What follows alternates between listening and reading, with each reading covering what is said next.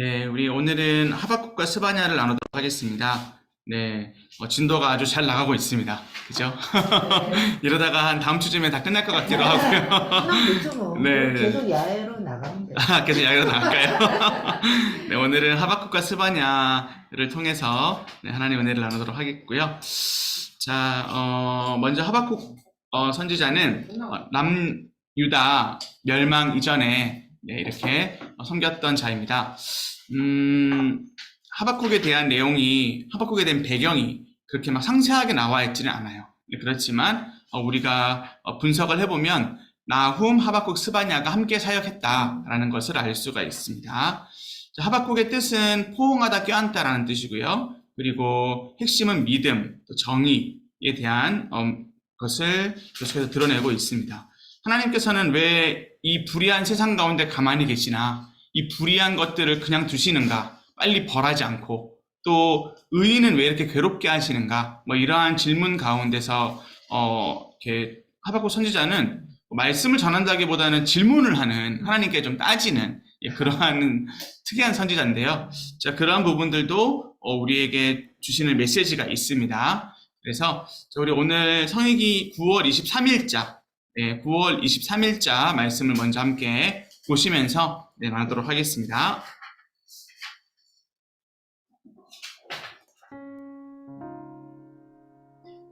9월 23일 믿음으로 사는 의인. 보라, 그의 마음은 교만하여 그 속에서 정직하지 못하나 의인은 그의 믿음으로 말미암아 살리라. 하박국 2장 4절. 하박국서의 역사적인 배경은 하나님께서 갈대아 사람들을 사용하여 죄악에 빠진 그의 백성을 심판하시겠다는 말씀에 있다. 이 말씀은 아직 갈대아 사람들, 곧 바벨론이 남왕국 유다를 멸망시키기 전에 주어졌다. 이 시점을 기준으로 삼으면 하박국서가 주어진 시기를 알 수 있다. 이 당시 역사적으로 중요한 사건들이 몇 가지 있었다. 느부갓네살에 붙인 나보폴라살은 주전 625년에 바벨론의 보좌에 올라 아수르 제국으로부터 독립을 선언했다. 바벨론은 주전 612년에 아수르의 수도 니느웨를 함락시켰다. 아수르 제국은 주전 605년 갈그미스 전투에서 바벨론에 의하여 결정적으로 패했다. 이때부터 제국의 패권은 바벨론에게로 넘어갔다. 주전 598년에 느부갓네살 왕은 유다 왕 여호야긴과 왕족들과 귀족들을 바벨론으로 잡아갔다. 이러한 중요한 사건들은 하박국서가 주어진 시기가 아마도 주전 625년과 605년 사이였을 것임을 보여준다. 하박국 선지자는 선지자 예레미야와 스바냐와 나훔과 요엘과 동시대의 인물이었을 것이다. 선지자 하박국은 백성들 가운데 만연한 부정과 불법으로 인하여 하나님께 부르짖었다. 하나님 앞에서 그의 불평은 거룩하신 하나님께서 어찌하여 이러한 죄악을 보면서도 가만히 계실 수 있느냐는 것이었다. 이때 하나님께서 하박국에게 주신 답변은 그를 더 당황하고 놀라게 만들었다. 하박국은 또 다시 하나님께 주께서는 눈이 정결하심으로 악을 참아 보지 못하시며 패역을 참아 보지 못하시거늘 어찌하여 거짓된 자들을 방관하시며 악인이 자기보다 의로운 사람을 삼키는데도 잠잠하시나이까 라고 반문했다. 그는 심지어 하나님께서 갈대아 사람들을 세워 여러 나라를 무자비하게 멸망시키는 것이 옳은 일인지에 대하여 문제를 제기했다.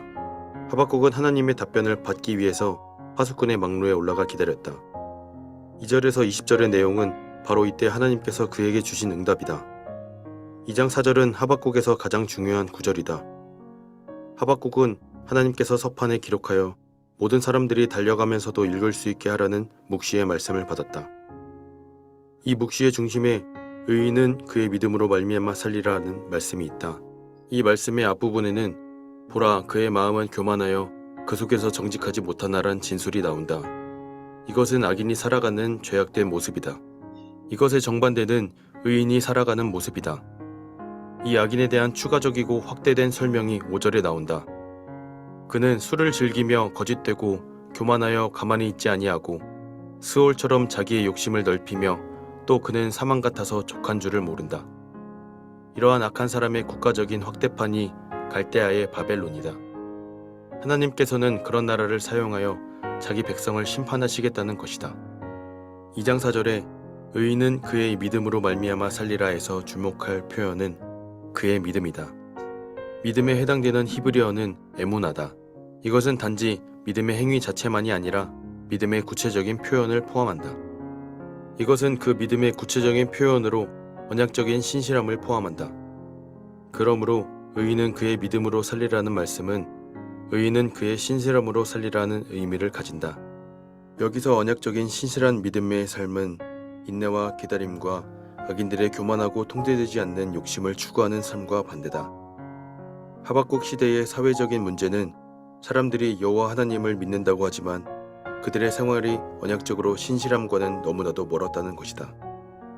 하나님의 백성이 온갖 사회적인 불의와 부정과 착취와 포악을 일삼았다. 그 결과 의인과 정의는 사회 전반에서 설 곳이 없었다. 오늘날에도 많은 신자들이 언약에 충실하고 신실한 삶과는 너무나 동떨어진 삶을 산다. 신자는 많은데 신자의 신실한 삶을 사는 사람은 적다. 바울과 히브리서 기자가 하박국의 말씀을 인용할 때 그들의 강조점은 오직 믿음으로 의인이 된다는 것에 있지 않았다. 오히려 그들의 강조점은 의인은 믿음으로 산다는 것에 있었다. 우리는 언약에 충실한 삶으로 표현되지 않는 믿음은 자기 기만적이고 헛된 것임을 명심할 필요가 있다. 한마디 기도. 믿음으로 의인의 신분을 얻은 우리가 동일한 믿음으로 악인들과 구별되는 유롭고 거룩한 삶을 살아야 함을 한순간도 잊지 않게 하소서. 네, 우리 오늘 그 이제 내용에 있어서 중요한 것은 이제 잘 아시죠? 오직 의인은 뭘로 살리라? 믿음으로 살리라이죠. 자, 우리 본문 말씀 하박국 2장 4절 말씀인데 우리 이 말씀은 그래도 외우실 수 있겠다, 그죠? 네, 또 찬양으로도 부르고 하잖아요. 자, 하박국 2장 4절 말씀 성경으로 찾으셔서 성경에 꼭 이제 체크를 해주세요. 그리고 이 말씀은 우리 마음 가운데 반드시 외웁시다. 네, 하박국 2장 4절은 오직 의인은 믿음으로 말미암아 살리라는 말씀이라는 것을 오늘 이것만 뭐 집에 가져가셔도 크게 가져가시는 겁니다. 자, 한번 읽어볼게요. 시작. 보라 그의 마음은 교만하며 그 속에서 정직하지 못하나 의인은 그의 믿음으로 말미암아 살리라. 아멘. 물론 뭐 여기에 나오는 단어가 다 중요한 단어들이겠지만 오늘 특별히 우리가 기억해야 될 단어는 살리라입니다. 살리라. 즉 우리의 생활인 거죠. 우리의 행함, 우리의 말, 우리의 생각, 또 우리의 마음, 또 우리의 모든 선택, 그죠? 네. 그리고 우리가 오늘 살아가는 우리의 모습, 목적, 모든 것이 삶이라고 할 수 있겠습니다. 그래서 감리교가 있잖아요. 감리교는 이미 이제 이신칭의, 즉 믿음으로 말미암아 구원을 받는다는 버려야 된다. 왜냐하면 믿음으로 이제 구원을 받는다라고 하니까 교회 다니는 신자들이 너무 삶이 엉망이다. 그리고 오히려 현실적으로 성도님들이나 뭐 목회자나 아무튼 신자를 보면 삶이 전혀 달라지지 않는다. 교회를 다녀도 똑같은 모습, 아니 오히려 더 악한 모습까지도 보인다. 이래가지고 이신칭이라는 교리 자체가 잘못된 것이지 않나라고 해서 그렇게 해석을 하거든요. 근데 이제 이것은 자 믿음으로 말미암아 살리라인데 저희가 오늘 살리라가 더 중요하다라고 방점을 찍었잖아요. 근데 이것은 믿음을 제외한 것이 아닙니다. 그것이 아니라 자 살리라는 왜 나오냐면 믿음에서 나오는 거예요. 그래서 이렇게 좀 공식 혹은 뭐 이해를 해주시면 좋겠어요. 믿음에서 화살표 쫙 해서 살리라. 그러니까 믿음에서 뭐가 나온다? 살리라가 나온다. 이렇게 이제 표현을 꼭 해주세요. 그냥 살아도 착하게 살아가는 사람들이 있고 윤리적인 삶을 사는 사람들이 많이 있습니다. 자, 그러나 믿음으로서의 삶은 당연히 다르고요. 믿음으로서의 삶은 하나님의 말씀에 근거한 삶인 것입니다. 그래서 우리의 삶이 다른 거예요. 여러분들이 좀 의인으로 여기시는 그런 분들이 있다고 쳐요. 근데 그러한 분들보다 우리가 더 왜 의롭냐면 우리는 말씀 때문이거든요. 즉 예수님 때문이거든요. 예수님의 그 은혜와 사랑을 입은, 즉 하나님의 은혜와 사랑을 입은 우리가 하나님의 말씀을 지키는 것은 우리가 생각하는 의인보다 더 의로운 삶의 모습으로 살게 되는 것이에요. 자, 그런데 자, 여기에서 우리가 헷갈리지 말아야 될 것이 있습니다. 그것은 바로 뭐냐면 은혜는 두 가지가 있어요. 즉 일반적인 은혜가 있고 특별한 은혜가 있어요. 이거는 알고 계시죠? 일반적인 은혜는 뭡니까? 오늘 우리가 햇빛을 다 같이 봤잖아요. 그런 어떤 자연뿐만 아니라 예수님을 믿지 않아도 윤리적으로 살 수 있다라는 거예요. 예수님을 믿지 않아도 그 사람을 통해서 하나님이 일을 하신다라는 거예요.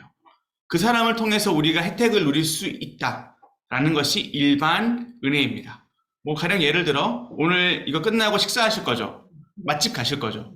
그 맛집에 사장님이 뭐 불교 신자든 뭐 신천지를 다니든 기독교 신자든 무교든 그분이 요리를 잘하잖아요. 그분이 요리를 잘하는 것이 일반 은혜예요. 일반 은혜를 우리가 누릴 수 있는 거잖아요. 자, 근데 그것도 역시 하나님이 주신 거지만 우리는 그 원리를 알고 있지만 이들은 그것을 알지 못한다는 거죠.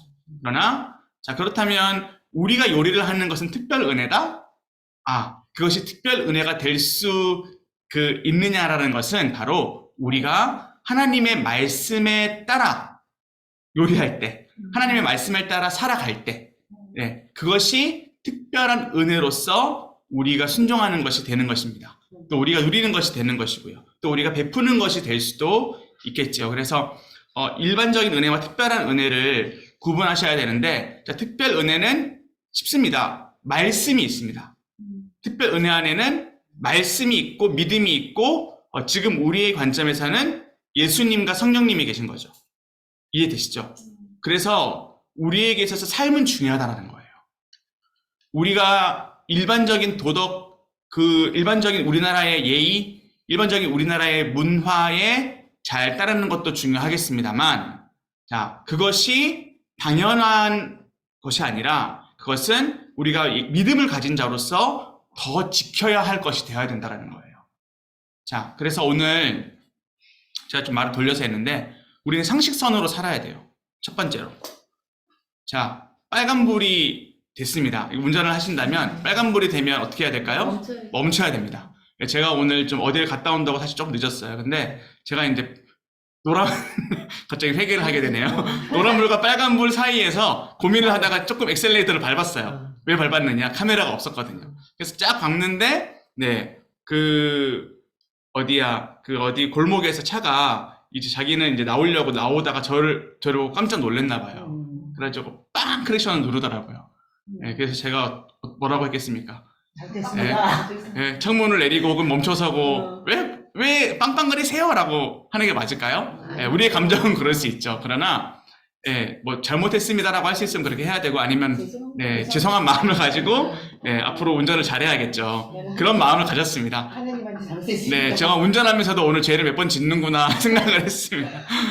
우리의 삶이 이렇게 약해요. 그죠? 우리의 마음도 항상 이렇게 죄를 짓고. 자, 그러나 우리가 무엇이 중요하냐면 믿음을 가진 자는 이것에 대한 잘못했다라는 것을 인식을 해야 돼요. 그래야 살 수가 있어요. 근데 믿음이 없으면 이 양심마저 합리화하고 없는 거예요. 그래서 이것이 일반 은혜를 받은 사람과 특별 은혜를 받은 사람의 차이예요. 말씀으로 인해 마음이 달라지거든요. 말씀으로 인해 우리 행동의 동기가 달라지거든요. 근데 이것이 제가 이제 좀 적용적으로 먼저 말씀을 드리는 것은 너무나도 이것이 우리 지금 현실에 중요하기 때문이에요. 자, 그래서 성경이 비중을 두는 것은 당연히 믿음입니다. 성경이 믿음에 비중을 두고 있지 않는 것이 아니라 당연히 믿음이며 이 믿음의 열매로서 우리의 삶이 드러나야 되는 거예요. 자, 그렇다면 반대로 우리에게 삶이 없는 믿음이 있을 수 있을까요? 삶이 없는 믿음이 있을 수 있을까요? 삶이 없는 믿음은 없겠죠. 없겠죠가 아니라 없죠. 없죠. 그러면 만약에 우리의 삶이 너무 연약해요. 그러면 우리는 어떻게 해야 될까요? 우리는 하나님을 붙드는 거지, 연약하니까. 그렇죠. 연약하니까 이 연약함과 우리는 싸우기도 해야겠지만 이것을 하나님께 맡겨야겠죠. 이것을 우리가 회개라고도 하고 기도라고도 하잖아요. 그죠? 자, 그런데 이게 신자의 은혜예요. 우리가 연약하고 우리가 좀 할 줄 모르고 우리가 그러한데 이것을 하나님께 맡길 수 있는 것이 먼저 은혜인 줄로 믿습니다. 맞아요. 자, 그리고 여기에서부터 시작이 돼요. 이 작은 것에서, 즉 제가 오늘 신호 위반한 것부터가 좀 하나님께 죄송하고, 우리나라 교통에도 좀 죄송합니다만, 이런 것에 대한 민감함이 없으면 이게 무뎌지기 시작하면 계속해서 이제 우리의 마음은 악해지기 시작하는 거예요. 악해지는 게 별게 아닙니다. 이 마음을 이 하나님이 주시는 기본적인 상식적인 선을 벗어나는 거예요. 즉 상식을 벗어나고 기준을 벗어나고 말씀을 벗어나는 이것이 문제인 거죠. 자, 그래서 이제 책으로 좀 보도록 하겠습니다. 책으로요. 자, 먼저 336페이지 보시면 역사적인 배경은 하나님께서 갈대아 사람들을 사용하여 죄악에 빠진 그의 백성을 심판하시겠다라는 말씀에 있다. 그럼 갈대아 사람이 뭐죠? 갈대아 사람은 뭘 뜻하냐면 바벨론을 뜻하는 겁니다. 자, 이것을 연결해 주시고요. 즉 바벨론이 어마어마하게 강한 상황이었다라고 보시면 되겠습니다. 그리고 바벨론이 얼마나 강했냐면 이스라엘이 지금 멸망했잖아요. 이스라엘이 어느 나라에게 멸망을 했죠? 아수르. 네, 아수르에게 멸망을 했죠. 근데 이 바벨론이 아수르를 함락시킵니다. 아수르마저 집어삼키고 아수르를 이깁니다. 그러한 강대국이 되었다라는 것이 먼저 336페이지의 첫 내용이었고요. 자, 그리고 336페이지 이제 오른쪽 단락을 보시면 아마도 하박국서가 주어진 시기는 BC 625에서 605년이었을 것이다라고 돼 있죠. 이것은 연구예요. 왜냐하면 하박국서에는 그러한 내용이 없습니다. 그렇기 때문에 추정을 하는 겁니다. 그리고 하박국은 예레미야, 스바냐, 나훔, 요엘과 동시대의 인물이었을 것이다라고 또한 추정을 할 수가 있겠습니다. 자, 그렇다면 예레미야, 스바냐, 나훔, 요엘 이 선지자들이 무슨 말을 했느냐가 중요하겠죠. 근데 똑같이 했던 말이 있어요. 뭐냐면 이 시대가 너무 악하다. 이 시대의 지도자들이 너무 무너져 있다. 또 이 시대의 제사장과 하나님의 백성들이 무너져 있다라는 거예요. 자, 그런데 보세요. 계속 봅시다. 내용을 보시면 부정과 불법으로 인해서 부르짖는데 하나님께서 그의 불평을 들으시나요? 안 들으시나요? 네, 가만히 계시죠. 왜 가만히 계십니까? 라고 불평을 하는 내용이 1장 3절에서 4절의 내용입니다. 이때 하나님께서 하박국에게 주신 답변이 뭐죠? 5절에서 8절이거든요. 5절에서 8절을 보시면 더 망할 것이다 라는 거예요. 진짜로 망할 것이다. 완전히 무너질 것이다. 자, 그래서 어떻게 악인들이 의인을 삼키고 악인들이 의인을 이기고 있는데 이것을 어떻게 하나님 가만히 보십니까? 자, 이렇게 반문을 하죠. 자, 337페이지로 갑니다. 자, 그때에 이제 2장 4절의 말씀을 하나님께서 주십니다. 자, 그래서 2장 4절의 말씀을 보기 전에 우리 먼저 2장 1절부터 3절도 한번 보도록 할게요. 자, 왜 하박국서에서 이것을 중요하게 여기냐면 이게 우리의 대안이 되기 때문이에요. 오늘 우리의 대안이 되거든요. 자, 먼저 1절에서 3절 말씀 좀 길지만 우리 이경민 집사님 준비하고 계시죠? 네, 읽어주시면 감사하겠습니다. 2장 1절에서 3절입니다. 내가 내 파수하는 곳에 서며 성루에 서리라. 그가 내게 무엇이라 말씀하시는지 기다리고 바라보며 나의 질문에 대하여 어떻게 대답하시는지 보리라 하였더니 여호와께서 내게 대답하여 이르시되 너는 이 묵시를 기록하여 판에 명백히 새기되 달려가면서도 읽을 수 있게 하라. 이 묵시는 정한 때가 있나니 그 종말이 속히 이르겠고 결코 거짓되지 아니하리라. 비록 더딜지라도 기다리라. 지체되지 않고 반드시 응하리라. 아멘. 그러면 이 묵시, 즉 하나님의 말씀을 칸에 기록하는데 달려가면서도 읽을 수 있도록 하래요. 자, 이것은 뭐냐면 달려가면서도 모든 사람들이 이 얘기를 들을 수 있도록 하라라는 뜻도 있고, 또 우리 역시도 언제 어느 상황이든지 이 말씀을 기억하고 또 이 말씀을 따라야 돼, 순종해야 된다라는 것이죠. 그만큼 중요한 말씀이죠. 그것의 첫 번째 말씀이 뭐죠? 바로 2장 4절입니다. 2장 4절 다시 한번 한 목소리로 읽어볼게요. 시작. 그의 마음은 교만하며 그 속에서 정직하지 못하나 의인은 그의 믿음으로 말미암아 살리라. 폐역하고 부정한 시대 가운데 우리가 해야 될 것이 뭐라고요? 기억해야 될 것이 뭐라고요? 믿음을 가지고 살아라. 한 번 더요. 믿음을 가지고 살아라. 그렇죠. 이것이 이 시대의 대안이고 이것이 지금 우리 시대의 대안인 줄로 믿습니다. 지금 우리 시대가 무너져 있다면 우리에게 가장 먼저 필요한 것은 믿음이에요. 그리고 우리가 그 믿음의 삶을 먼저 나 자신이 살아가는 거예요. 이것은 우리가 사회에 속하지 않고 산에 혼자 살아도, 우리가 병실에 누워있는 노인이 되어도, 우리가 아무것도 할 수 없는 상황에 이르러도 우리는 이렇게 살아야 돼요. 이것이 선지자와 또 하나님 자녀의 삶인 거죠.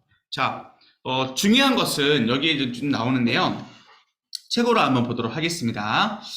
자, 2장 4절은 하박국에서 가장 중요한 구절이다라고 이제 337페이지 왼쪽 두 번째 단락에서 쭉 나와 있죠.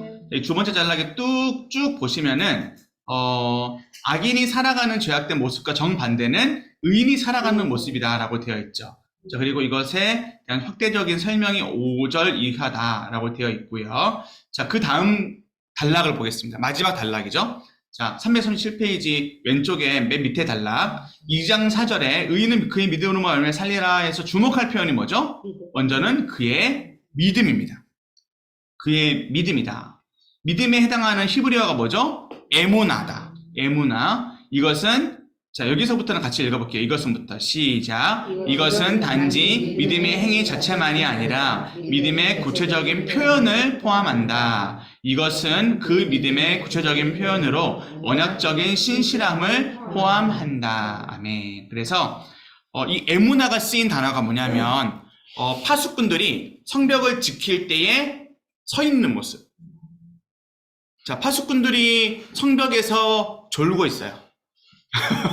눈을 감고 졸고 있어요. 그러면 어떻게 되죠? 큰일 나죠. 네. 제가 가게에서 일을 하는 사람이에요. 자, 근데 가게에서 일을 하는데 내가 졸고 있어요. 그러면 도둑들이 와서 물건을 가져가든 말든 그것을 인지할 수가 없죠. 그렇죠? 그러니 나에게 있어서 가장 중요한 일은 눈을 뜨고 그 자리를 지키는 거죠. 자, 이것뿐만 아니라 제사장이 이제 그 성막 안에 등이 있어요. 근데 등에 불이 꺼지면 절대로 안 돼요. 그래서 그 등이 안 꺼지려면 뭘 해야 되죠? 그 당시에 이제 기름을 넣어야 돼요. 기름을 계속 공급을 해줘야 이 등이 켜진단 말이죠. 자, 제사장이 계속해서 등을 공급하는 이 일 가운데 에무나라는 단어가 쓰였어요. 그러니까 여러분들이 지금 일상에서 뭐 엄마로서 또 뭐 할머니로서 혹은 뭐 우리가 어떠한 그 직분을 맡은 또 직장인으로서 뭔가 일을 맡았을 때 우리가 그 일을 꾸준하게 또 성실하게 해내는 것, 또 사회적인 정의로서 또 상식으로서 그 상식을 잘 지키는 것이 에무나이다. 이렇게 해석이 되는 것이고 바로 이것이 진정한 믿음의 삶이라는 거예요. 이해가 되시죠? 여기서부터 복음의 역사가 시작이 되는 겁니다. 우리의 자리를 잘 지키는 것에서부터. 그래서 이것이 언약적인 신실함인데, 자, 의인은 그의 믿음으로 말미암아 살리라는 말씀은 그의 신실함으로 살리라는 의미를 가진다라고 돼 있죠. 그래서 그 신실함이 바로 뭐다? 삶의 표현이다, 삶이다 라는 것을 꼭 기억해 주시면 감사하겠습니다. 자, 여기서 신실한 삶은 인내와 기다림이 반드시 들어가죠. 인내와 기다림. 인내와 기다림이 반드시 들어갑니다. 글쎄요, 이것을 뭐 모든 부분에 적용을 할 수는 없겠지만, 실패를 많이 경험한 사람들, 또 인생 가운데서 좀 뭐라고 해야 될까요? 좀 잘 안 풀렸던 사람들, 그러한 사람들이 어떻게 성공을 하는지 제가 유심히 들어보면 거의 비슷해요. 뭐냐면 인내하고 기다려요. 그 일을 또 하고 또 해요.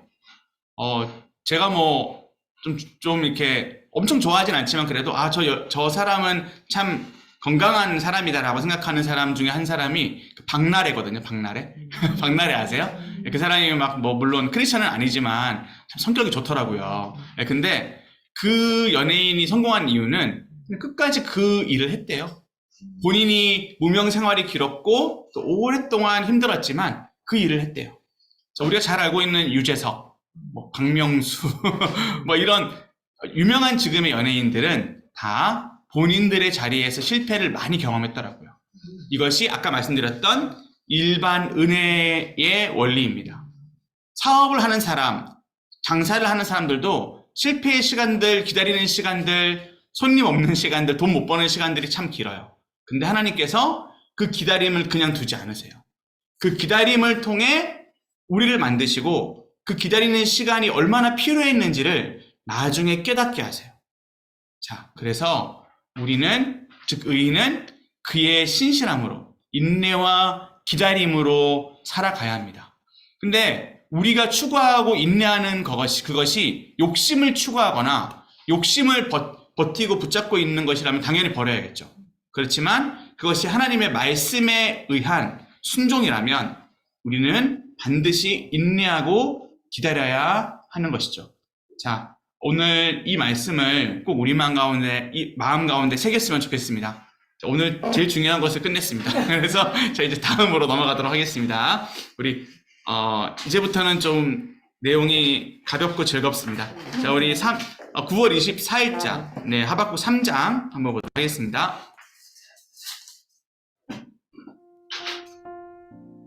(9월 24일) 최악의 상황에서 하나님을 기뻐함.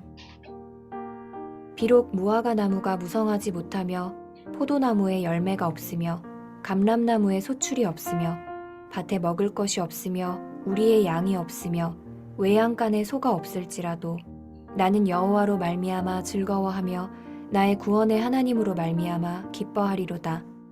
하박국 3장 17절에서 18절.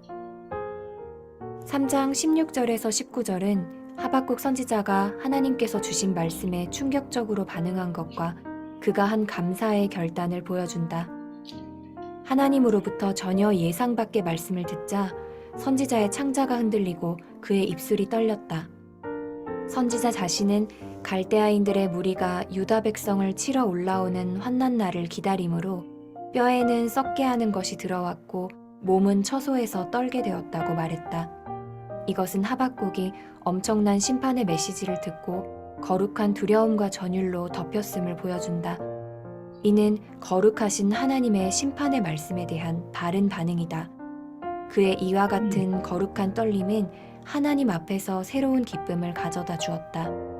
선지자는 머지않아 들이닥칠 심판을 준비하면서 어떻게 살아야 할지를 생각하면 생각할수록 소망과 기쁨을 하나님께 두는 것 외에는 어떤 대안도 없다는 것을 알게 되었다. 이것은 누구에게나 마찬가지이다.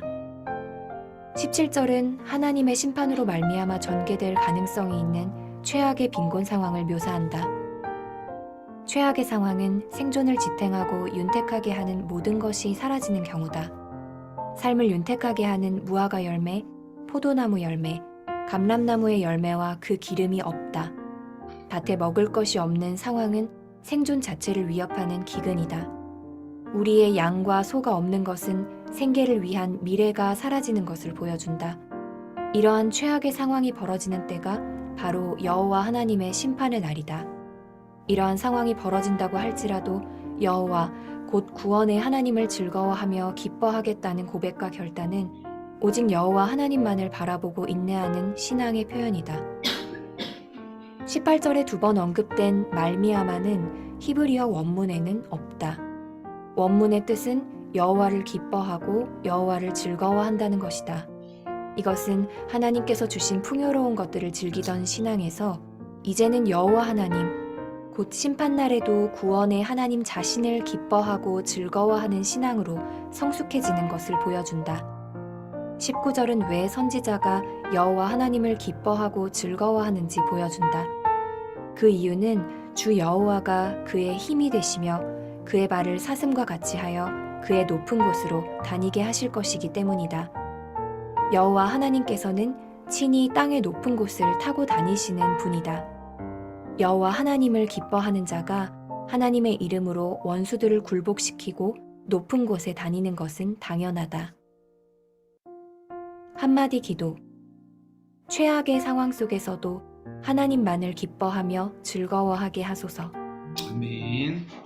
네, 어쩌면 최악의 상황에서 기뻐한다라는 것이 얼마나 어려운 것인지 여러분들 경험해 보신 분들은 아실 겁니다. 그러니까 이것은 상식적인 것을 뛰어넘은 거예요. 그러니까 이것은 의인이 살아가는 것. 의인이 살아가는 것은 일반적인 삶, 의로운 삶과는 완전히 다른 거죠. 그죠? 그래서 여기에서 이제 진정한 의인의 삶이 나오는 것입니다.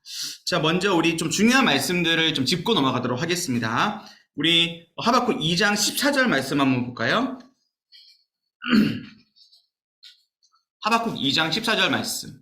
유명한 말씀들이고 또 중요한 말씀인데요. 자, 그래서 중요한 거죠. 2장 14절 말씀 같이 한번 읽어보겠습니다. 하박국 2장 14절 시작. 이는 물이 바다를 덮음같이 여호와의 영광을 인정하는 것이 세상에 가득한 일이다. 아멘. 자, 여호와의 영광을 인정하는 것, 이것은 이제 여호와의 지식을 인정하는 것으로도 이사야서에는 나왔어요. 즉 영광과 지식, 무엇이 바다를 덮느냐? 즉 물이 바다를 덮는다는 것은 회복을 의미하거든요. 이 회복이 어떻게 이루어지느냐면 말씀으로 회복된다라는 거예요. 이 원리는 여러분들 꼭 기억하셔야겠습니다. 하나님께서는 악인을 가만히 두실 때가 있어요. 그러나 그것도 하나님의 뜻이에요. 우리의 병을, 우리의 아픔을, 우리의 고난과 가난을 가만히 두실 때가 있어요. 근데 그것 역시도 하나님의 뜻이에요.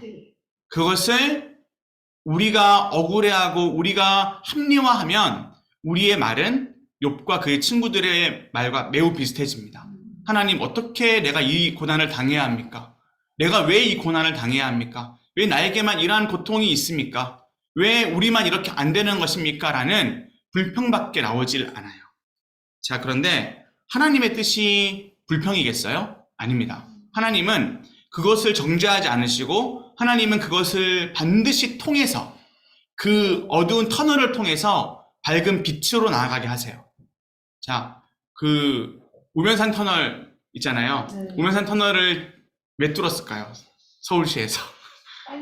그렇죠. 빨리 가려고. 네, 그 길이 너무 좋기 때문에 뚫은 거잖아요. 저는 하나님의 뜻을 여기에 비교할 수는 없지만 우리가 인생의 터널이 있으면 하나님이 그 길이 길이기 때문에 뚫으신 거예요. 그 길이 길이기 때문에 그 터널을 뭐랄까요? 터널 안에 우리를 두신 거예요. 근데 가만히 두시는 게 아니라 그곳을 지나가게 하세요.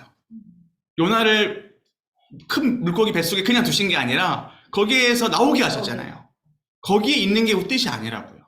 하나님의 뜻은 뭐냐면 여호와의 영광을 모든 사람들에게 인정받게끔 하는 것. 여호와의 말씀이 정말 맞다라고 모든 사람들이 인정하게 하는 것이에요. 그래서 그 일을 위해 우리를 고난 중에 두시는 겁니다. 또 중요한 말씀, 물론 다 중요한 말씀이지만 또 중요한 말씀을 보겠는데 3장 2절입니다. 우리 3장 2절 말씀을 같이 한번 읽어볼까요? 자, 이것도 표시를 해주세요. 같이 읽겠습니다. 시작. 여호와여, 내가 주께 대한 소문을 듣고 놀랐나이다. 여호와여, 주는 주의 일을 이 수년 내에 부응하게 하옵소서. 이 수년 내에 나타내시옵소서. 진노 중에라도 긍휼을 잃지 마옵소서. 아멘. 자, 드디어 선지자다운 기도가 나오죠. 선지자는 하나님과 인간 사이에서 역할을 해야 되는데 그것이 바로 뭐냐면 회복의 메시지를 전하는 역할이잖아요. 그죠? 자, 그런데 이것은 하박국의 기도예요. 하박국이 이 하나님의 오직 의인을 믿음으로 말미암아 살리라 라는 말씀을 듣고 이 고백을 하게 돼요. 자, 근데 여기에서 중요한 단어는 바로 뭐냐면 주여 주는 주의 일을 이 수년 내에 부흥하게 해달라는 거예요. 이 부흥이라는 단어에 한번 표시를 해주시고 이것은 다시 살아나는 거예요. 자, 우리가 얼마 전에 말씀 사경회 때 엘리야와 그 여인 기억나시죠? 그 여인의 집에 먹을 것이 없었잖아요. 그런데 그 여인의 또 아이가 죽잖아요. 자, 그러한 상황 속에서 이 아이가 어떻게 되죠? 살아나잖아요. 그죠? 이러한 기적, 또 그곳에 먹을 것이 계속해서 있잖아요. 이러한 기적이 왜 있느냐면 이것이 바로 여기에서 아이가 살아나는 것, 소생케 되는 것의 그 단어가 똑같아요. 부흥이에요. 다시 살아나는 것, 살아나는 것, 회복되는 것. 자, 그래서 회복의 시작은 뭐냐면 믿음이고요. 믿음이 뭐냐면 우리의 자리를 지키는 거예요. 회복의 시작은 우리가 예배의 자리를 지키는 것이고 회복의 시작은 우리가 해야 될 일들을 성실하게 꿋꿋하게 인내로써 하는 거예요. 그럼 하나님은 여기에서 적용을 해보면 하나님의 일을 하세요. 자, 그러면 우리가 그러면 이렇게 믿음으로 살아가면서 우리의 감정, 우리의 또 소위 말하자면 얻을 것은 무엇이냐? 그게 뭐냐면 우리의 마음이 무엇이어야 되냐면 우리의 마음 가운데 뭐가 있어야 되냐면 그것이 바로 하박국의 마음이 되어야 되는 거예요. 하박국의 마음이 어땠을까요? 자, 우리 3장 17절 말씀입니다. 이것은 잘 아는 말씀이니까 18절 말씀을 보도록 하겠습니다. 3장 18절 말씀 같이 한번 읽어볼게요. 시작. 나는 여호와로 말미암아. 네, 성이기 책에도 나와 있지만 여기에서 이제 조금 볼펜이 있으시면 수정을 해주세요. 로 말미암아 있죠. 으로 말미암아. 이것을 나는 여호와를 즐거워하며, 나는 여호와를 즐거워하며, 그리고 나의 구원의 하나님을 기뻐하리로다. 이렇게 좀 괄호로 해놓고 뭐 수정을 좀 해주시면 좋아요. 다시 나는 여호와를 즐거워하며 나는 구원의 하나님을 기뻐하리로다. 자, 이것은 하나님이 우리의 오늘의 삭시 되고, 하나님이 우리의 몫이 되고, 하나님이 우리의 선물이 되고, 하나님이 우리의 결과가 되는 거예요. 그리고 하나님이 우리의 오늘 살아갈 힘이 되시고, 네. 여러분, 의인이 믿음으로 산다는 것은 즉 은혜로 사는 거예요. 은혜로 사는 거예요. 은혜로 산다는 건 또 뭘까요? 그것은 하나님이 나와 함께 하신다라는, 또 하나님이 여전히 나를 사랑하신다라는 그 믿음, 그 감정, 그 의지의 마음이에요. 자, 그래서 우리는 하나님으로 인해서 우리 감정이 바뀌어요. 슬픔 상황, 즉 무화과가 무성하지 못하고 포도나무에 열매도 없고 감람나무에 소출이 없고 밭에 먹을 것도 없고 우리 양도 없고 외양간에 소가 없어요. 자, 다 뭐냐면 다 이제 우리의 뭐랄까요? 소유, 우리가 가져야 될 것들, 좀 필수적인 것들, 특별히 이제 먹고 사는 부분이잖아요. 이러한 부분들에 대한 건데 요즘에는 그래도 먹고 사는 것은 다 해결이 되시니까 뭐 저도 해결이 되거든요. 그러니까 이런 거는 큰 네, 그건 없는데 그래도 이제 우리가 부족함이 있잖아요. 그죠? 자, 근데 이 부족함 속에서 우리가 어떻게 기뻐할 수 있는 감정을 가질 수 있느냐? 이것은 심리학적으로 긍정적인 마인드가 아닙니다. 근데 심리학적인 긍정적인 마인드를 뛰어넘는 거죠. 즉 우리 입술 가운데 감사가 나오는 거예요. 그 상황 속에서. 그래서 감사하다. 그렇죠. 네, 이번 주 말씀도 비슷했는데 위기를 하나님께서 그것을 성공으로 바꾸시잖아요. 즉 에색과 신나를 르호봇으로 하나님께서 그것을 지나서 르호봇으로 가게 하시잖아요. 자, 중요한 것이 있습니다. 뭐냐면 하나님은 우리의 말을 바꾸세요. 우리의 감정을 바꿔주세요. 그래서 특별히 여기 이제 대부분 우리 여성 우리 집사님들이 많으시니까 저도 남자로서도 당연히 그런데 이거는 뭐 성별에 상관없이 우리의 감정이 좀 무너져 있고 우리가 너무 깊은 감정에 휩싸여서 있는 것도 사실상 하나님을 바라보지 못하는 거예요. 그래서 우리가 그 어둠 속에서 속히 헤어나오려고 또 몸부림을 쳐야 돼요. 하나님께 떼를 쓰고 하나님께 부르짖고 그것이 정말 필요합니다. 자, 그리고 어떠한 것으로도 만족은 없어요. 어떠한 것으로도 만족은 없지만 하나님을 딱 발견하는 그 순간, 그리고 하나님이 나를 사랑하신다, 하나님이 여전히 나를 사랑하신다라는 그것을 발견하는 그 순간 모든 어려움이 다 녹습니다. 눈 녹듯이 사라집니다. 그래서 우리가 그것을 이렇게 경험했으면 좋겠어요. 이 하박국 선지자처럼 경험을 했으면 좋겠고요. 그리고 그것은 결국 무엇에서 나오느냐? 믿음에서 나온다라는 사실을 우리도 꼭 기억했으면 좋겠습니다. 자, 우리 다음 내용 이제 스바냐를 보도록 하겠습니다. 자, 우리 스바냐 먼저 개괄적인 부분을 좀 보도록 할게요. 자, 이 스바냐 역시도 하박국과 함께 동시대에 사역했던 선지자고요. 자, 스바냐의 그 이름의 뜻은 여호와께서 그를 감추셨다라는 뜻이고, 또 보복, 또 주의 날, 즉 심판의 날인 거죠. 우리로 치면은 이제 예수님 다시 오시는 그날이죠. 자, 그 날은 어떤 자들에게는 심판이 되고, 또 어떤 자들에게는 그 축복의 날, 완성의 날이죠. 구원의 완성의 날이 되는 것이죠. 자, 그리고 여기에서 중요한 개념이 또 남은 자들입니다. 남은 자들인데, 자, 우리 이러한 그 짧지만 또 여기에서도 귀한 말씀들이 있는데, 우리 9월 25일자로 보도록 하겠습니다. 9월 25일 진노의 날에 보호받는 길. 여호와의 규례를 지키는 세상의 모든 겸손한 자들아, 너희는 여호와를 찾으며 공의와 겸손을 구하라. 너희가 혹시 여호와의 분노의 날에 숨김을 얻으리라. 스바냐 2장 3절. 1절에서 3절은 하나님께서 그의 백성과 세상의 사람들에게 주시는 말씀이다. 하나님께서는 먼저 수치를 모르는 그의 백성들이 반드시 모이라고 초대하신다.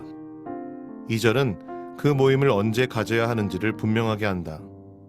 여호와 하나님의 분노의 날이 그들에게 닥쳐서 그의 심판으로 그들이 겨와 같이 사라지기 전에 주님 앞에 모여야 할 것임을 권고하신다. 3절은 주님 앞에 모인 자들이 해야 할 일이 무엇인지 알려준다. 그들은 여호와를 찾으며 공의와 겸손을 구해야 한다. 여호와를 찾는 것과 그에게 공의와 겸손을 구하는 것은 서로 밀접하게 연결된다. 공의와 겸손을 구하기 위해서 여호와를 찾는 것이고, 여호와를 찾은 결과 공의와 겸손을 추구하게 된다. 3절은 또한 겸손한 자들이 하는 것이 무엇인지를 보여준다. 그것은 여호와 하나님을 찾고 구하는 것이다. 다시 말해서 근본적으로 여호와 하나님을 찾고 구하는 행위는 겸손의 행위이다. 이렇게 하나님을 찾는 자들은 그 결과 하나님의 은혜를 입어서 그의 말씀에 순종하는 사람들이 된다. 이것은 여호와의 규례를 지키는 세상의 모든 겸손한 자들아 이란 호칭에 잘 나타난다. 겸손은 먼저 여호와 하나님을 찾는 것이고, 그의 은혜를 힘입어 여호와 하나님의 규례를 지켜 행하게 되는 것이다. 이러한 자들은 세상에서 공의와 겸손을 추구하며 산다. 이렇게 살아가는 자들은 여호와의 진노와 분노의 날에 보호와 숨김을 받을 것이다. 한마디 기도. 하나님께서 요구하시는 진정한 겸손의 삶, 곧 여호와 하나님을 진정으로 구하며 주의 규례를 지키는 삶을 살게 하소서. 아멘. 네, 본문에서 말하는 심판을 피하는 방법이 뭘까요? 심판을 피하는 방법 없나요? 자, 무엇이냐면 바로 진노의 날에 보호를 받는 길이 뭐죠? 바로 스바냐 2장 3절에 나와 있죠. 겸손이죠. 자, 첫 번째 단어 겸손입니다. 자, 겸손한 자. 그러면 겸손한 건 뭘까요? 네, 저처럼 예의 바르고 이렇게 깍듯한 건가요? 그런 그런 곧 믿음을 가진 의인들이. 그렇죠. 그래서 이 겸손이 뭐냐면 바로 자, 옆에 있는 그 단어 보이시죠? 여호와의 뭐를? 규례를 지키는 것이에요. 여호와의 규례를 지키는 것이에요. 그래서 그 성경에도 나와 있죠. 2장 3절에 보시면 여호와의 규례를 지키는 세상의 모든 겸손한 자죠. 그죠? 그래서 말씀의 기준을 지키는 자예요. 즉 오늘 아까 우리 집사님 말씀하셨지만 믿음이 뭐라고 했어요? 말씀의 기준에서 벗어나지 않고 그 말씀의 뜻에 순종하는 거잖아요. 즉 그것이 심판을 피하는 길이에요. 근데 이것이 너무 어려워요. 우리는 항상 말씀을 벗어나려고 해요. 왜 그런지 모르겠지만 왜 그런지 왜 몰라요? 우리 속에 죄 때문이죠. 네, 죄가 있고 역시 우리는 여전히 네, 항상 이 말씀이 필요한 자들이잖아요. 자, 그래서 말씀에서 벗어나면 모든 질서는 다 무너집니다. 말씀에서 벗어나면 우리에게 모든 가능성이 다 열려요. 우리 이렇게 해도 되는 것 같은데? 이것도 예수님 믿는 거 아니야? 아까 다시 처음으로 돌아간다면, 뭐 구원 받는 거 아니야? 내가 이렇게 살아가도 이렇게 이제 원리를 가지는 거죠. 네, 감리교에서 말했던 것처럼 이제 믿음은 필요가 없어진다. 삶이 없는 것은 구원이 아니다라고 얘기할 정도로가 되는 거죠. 자, 그래서 이제 이제 뭐 원리는 너무나도 쉬운 것이었고, 먼저 스바냐 선지자는 어떠한 사람이었느냐? 자, 이것은 이제 책에는 나와 있진 않지만, 스바냐는요, 왕족이었습니다. 왕족. 그래서 1절 말씀해 보시면, 스바냐는 히스기야의 선손, 아마라의 증손, 그드라의 손자 구시의 아들이다라고 했어요. 자, 이것을 굳이 왜 밝히느냐? 자, 이것은, 스바냐가 왕족이었기 때문에, 스바냐는 지도자들에게 말을 하는 것이 쉬울까요, 어려울까요? 쉽겠죠. 그죠? 자, 여러분들이 다 한 나라의 왕들이에요. 근데, 우리 이기환 집사님이 선지자가 됐어요. 네, 근데 갑자기, 이제 옆에 있는 우리 은영 왕께서 얘기를 하는 거예요. 자네 왜 갑자기 왕이 됐나? 자네 왜 갑자기 선지자가 됐나?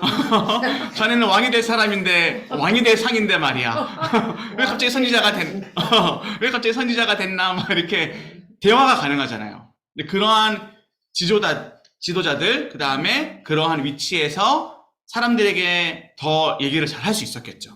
자, 근데 이제 계속해서 강조했던 것이 뭐냐면, 여호와를 찾아라. 여호와를 찾아라. 겸손해라. 겸손해라. 그래서 여러분들이 지도자로서, 저도 마찬가지고요. 우리가 다 지도자의 자리에 섰을 때 우리는 뭘 해야 되냐면, 겸손해야 돼요. 예, 갑질하면 안 돼요. 갑질하면 안 되고, 너무 우리의 기득권을 이용해서 컨트롤 하려고 들면 안 돼요. 그것은 말씀에서 벗어날 수밖에 없어요. 자, 그래서 여호와를 찾는 것이 공의와 겸손으로 이어진다는 것, 이것을 오늘 꼭 기억했으면 좋겠습니다. 책의 339페이지 두 번째 단락 3절은 이 해설에 나와 있죠. 보세요. 주님 앞에 모인 자들이 해야 할 일이 무엇이냐? 그것은 바로 여호와를 찾는다, 첫 번째. 그리고 공의와 겸손을 구한다, 두 번째. 그리고 여호와를 찾으면, 즉 믿음의 결과로 살리라가 되는 것처럼 여호와를 찾으면 공의와 겸손을 우리는 행하게 된다. 이 원리를 오늘 꼭 가져가시기를 바랍니다. 자, 그리고 이제 다음 내용으로 넘어가도록 하겠습니다. 마지막 내용이 되겠습니다. 9월 26일자 함께 보도록 하겠습니다.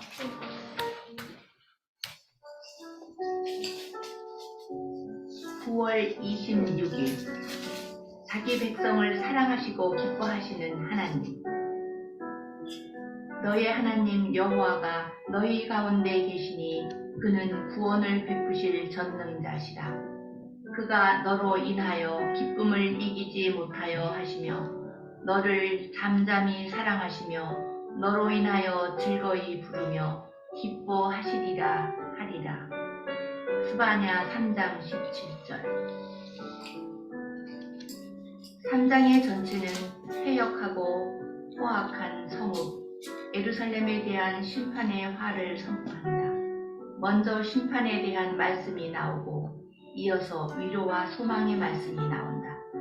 맨 마지막으로 시온의 딸에게 기쁨과 즐거움으로 노래하라는 권면의 말씀이 나온다. 예루살렘은 죄악으로 인하여 벌을 받아야 마땅했다. 예루살렘 백성은 하나님의 명령을 듣지도 않고 그의 교훈을 받지도 않으며 여호와 하나님을 의지하지도 그에게 나오지도 않았다. 방백들과 재판장들은 백성을 착취하는 부르짖는 사자여 다음 날까지 아무것도 남기지 않는 저녁일이었다. 선지자들은 간사한 사람들이었고 성소를 거룩하게 해야 할 제사장들은 그곳을 더럽히고 율법을 범했다. 이와 같은 죄악은 불의를 행하지 아니하시고 아침마다 늘 자기의 공의의 빛을 비추시는 그의 백성 가운데 계시는 의로운 여호와를 거역하는 것이다. 그러므로 예루살렘을 큰 죄악에 빠뜨린 지도자들과 백성은 하나님의 엄중한 징벌을 받아야 마땅하다. 그들을 기다리는 것은 하나님의 분노와 진노의 심판밖에 없다. 그런데 하나님께서는 심판의 날에 그들을 완전히 멸하시지 않고 여러 백성의 입술을 정결하게 하여 그의 이름을 부르며 그를 섬기게 하겠다고 약속하셨다. 이것은 곤고하고 가난한 백성을 남겨두셔서 그들이 여호와 하나님의 이름을 의지하여 보호를 받게 하시겠다는 약속이다. 이제 시온의 딸과 이스라엘과 예루살렘의 딸이 해야 할 것은 오직 하나밖에 없다. 그것은 기쁘게 노래하며 여호와 하나님 앞에서 즐거워하는 것이다. 그 이유는 그들이 형벌 받아야 마땅한데 그들 가운데 계신 여호와께서 그들의 원수를 추방하시고 그들이 다시는 화를 당하지 않게 하실 것이기 때문이다. 이제는 그들이 두려워할 일도 낙심하여 손을 늘어뜨릴 일도 없다. 그 앞에서 노래하고 기뻐하고 즐거워하라고 공고하시는 하나님께서는 자기 백성을 기뻐하시고 잠잠히 사랑하시며 그들을 두고 기쁨의 노래를 부르실 것이다. 이와 같이 하실 여호와 하나님은 어떤 분이신가?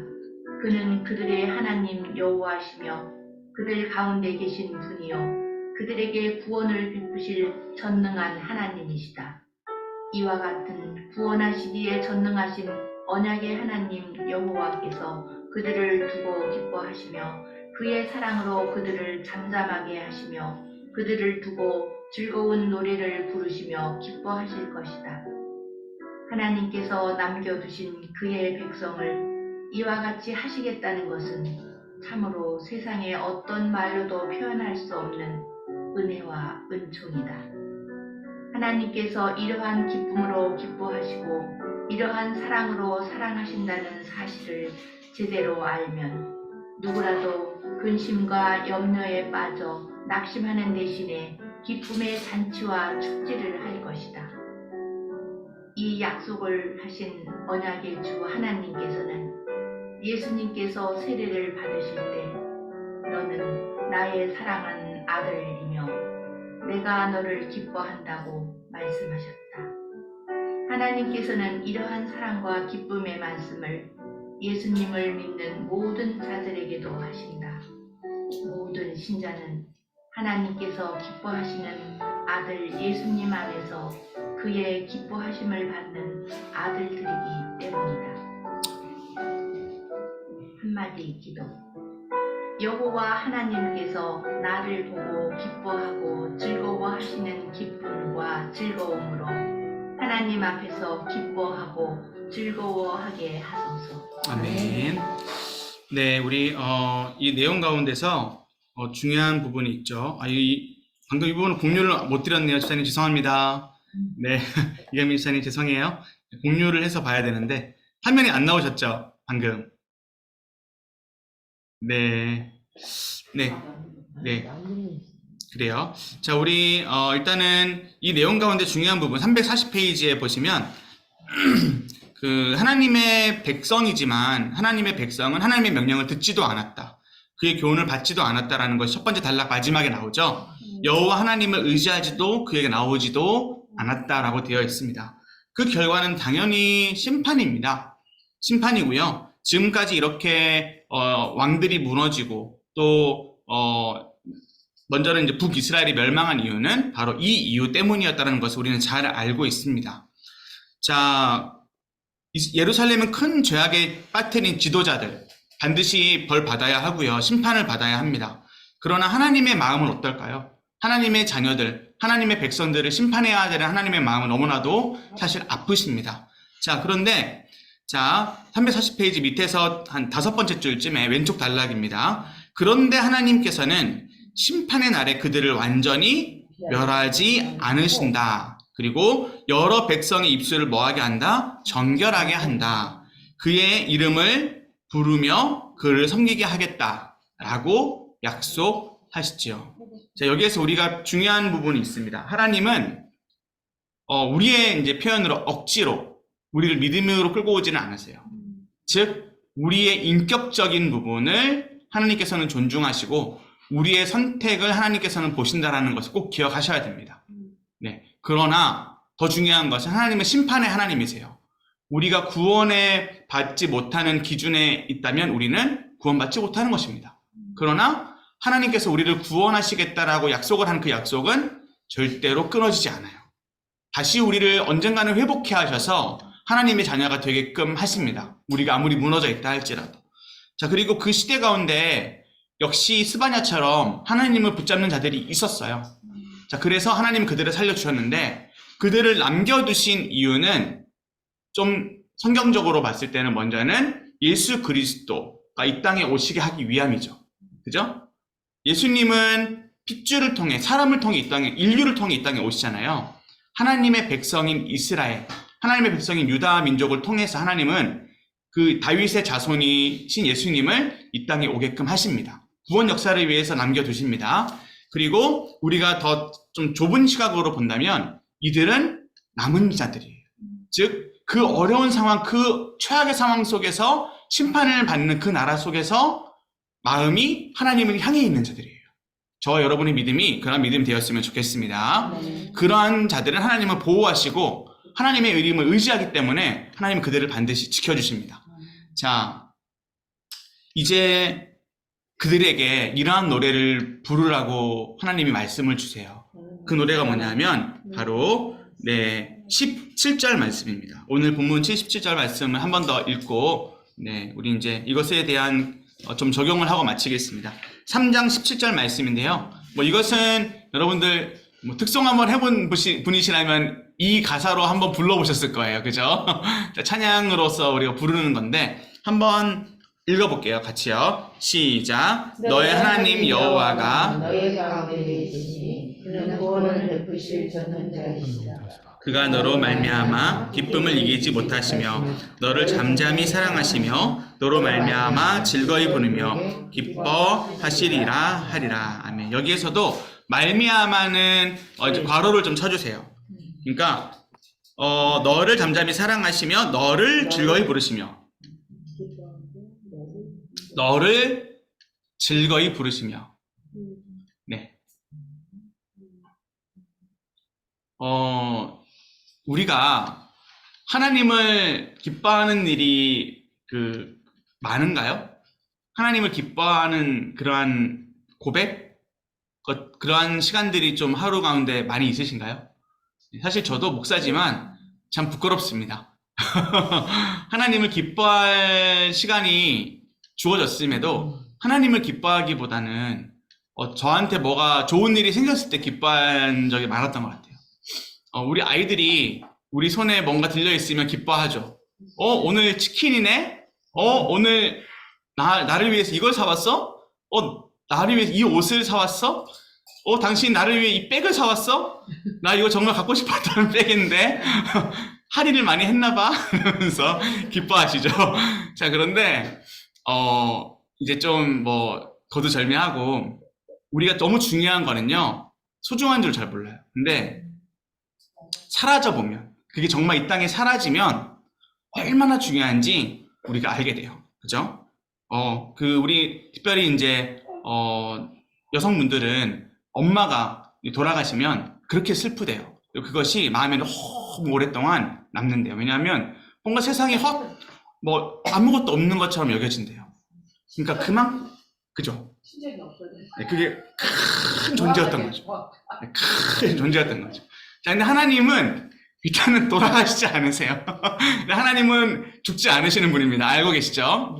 네, 하나님은요, 우리가 찾지도 않고, 우리가 때로는 하나님께 감사도 잘 안 하고 하지만, 하나님 여전히 우리를 사랑하세요. 근데, 하나님을 발견할 때가 있어요. 하나님이 갑자기 보인다고 표현해야 될까요? 하나님이 갑자기 너무 내 곁에 계신다는 것을 느껴질 때가 있어요. 그러면 그 기쁨을 여러분들은 주체하지 못할 거예요. 그 사랑을 너무 감격스러워서 그 사랑에 어떻게 보답해야 되지? 이런 고백이 나오실 거예요. 근데 하나님은 보세요. 하나님은 기쁨을 항상 이기지 못한대요. 우리 은영이가 있어서, 우리 기환이가 있어서, 우리 재숙이가 있어서 너무 나는 기뻐. 네가 있는 것만으로 나는 기뻐. 너는 얼마나 기쁘냐면 너는 내 사랑하는 아들 예수보다는 지워주세요. 네, 예수보다는 이거는 2단이 아니라 3단쯤 됩니다. 이거는 지워주시고 너는 그냥 네가 있어서 나는 너무 기뻐. 너는 그 존재만으로 나는 행복해. 자, 하나님이 우리를 그렇게 기뻐하신대요. 저는 이게 이제 잘 와닿지 않는데 한 번씩 와닿을 때가 있습니다. 한 번씩. 네, 그때는 저도 눈물이 콸콸 쏟아집니다. 네, 그러면 하나님이 우리가 하나님께 뭘 드려야지 기뻐하실까요? 여러분들 자녀들이 여러분들에게 뭘 엄청 좋은 걸 가져와요. 그러면 좀 기뻐하시죠? 기쁩니다. 근데 야, 그것보다는 돈이 더 좋다. 그거 사올 바에 돈을 달라. 이렇게 하시죠? 자, 그런데 그렇다고 돈이 좋다기보다는 그냥 하는 말이죠. 그 아이들, 자녀들이 또 우리의 귀한 우리 주변의 사람들이 그 존재만으로 기쁜 거잖아요. 그죠? 너가 그냥 그렇게 잘 살아주는 것만으로도 나는 기쁘다. 네가 어디에 있든 건강하게 있는 것이 나는 기쁘다. 하나님의 마음은 우리에게 있어서 우리가 누군가를 향한, 자녀를 향한, 부부를 향한, 부모를 향한 그 인간적인 사랑의 마음보다 100배, 1000배, 10,000배 크시겠죠. 하나님이 우리를 향한 사랑은 그렇게 크세요. 그러니까 우리가 오늘 마지막으로 꼭 기억해야 될 것은 이렇게 하나님이 나를 기뻐하신다는 사실을 깨닫는 거예요. 그 사실로 나를 보는 거예요. 그 사실을 가지고 나를 보세요. 그러면 남들이 우리를 어떻게 평가하든, 남들이 우리를 어떻게 지금 보고 있든 그것이 중요하지 않아요. 제가 처음에 말씀드린 대로 우리의 죄악들, 우리의 과거, 우리의 현재, 우리의 어쩌면 미래까지도 다 녹아내려요. 하나님의 사랑 앞에서 다 녹아내려요. 우리는 하나님께만 바라보며 순종할 수 있고 우리는 의인의 삶을 살 수가 있는 거죠. 네, 그것이 바로 하나님이 우리를 기뻐하신다, 하나님 우리를 사랑하신다는 것 때문인 줄로 믿습니다. 네, 오늘은 여기까지 하겠습니다. 네, 감사합니다. 네, 수고하셨습니다. 수고하셨습니다. 네, 기도하고 마무리하겠습니다. 네.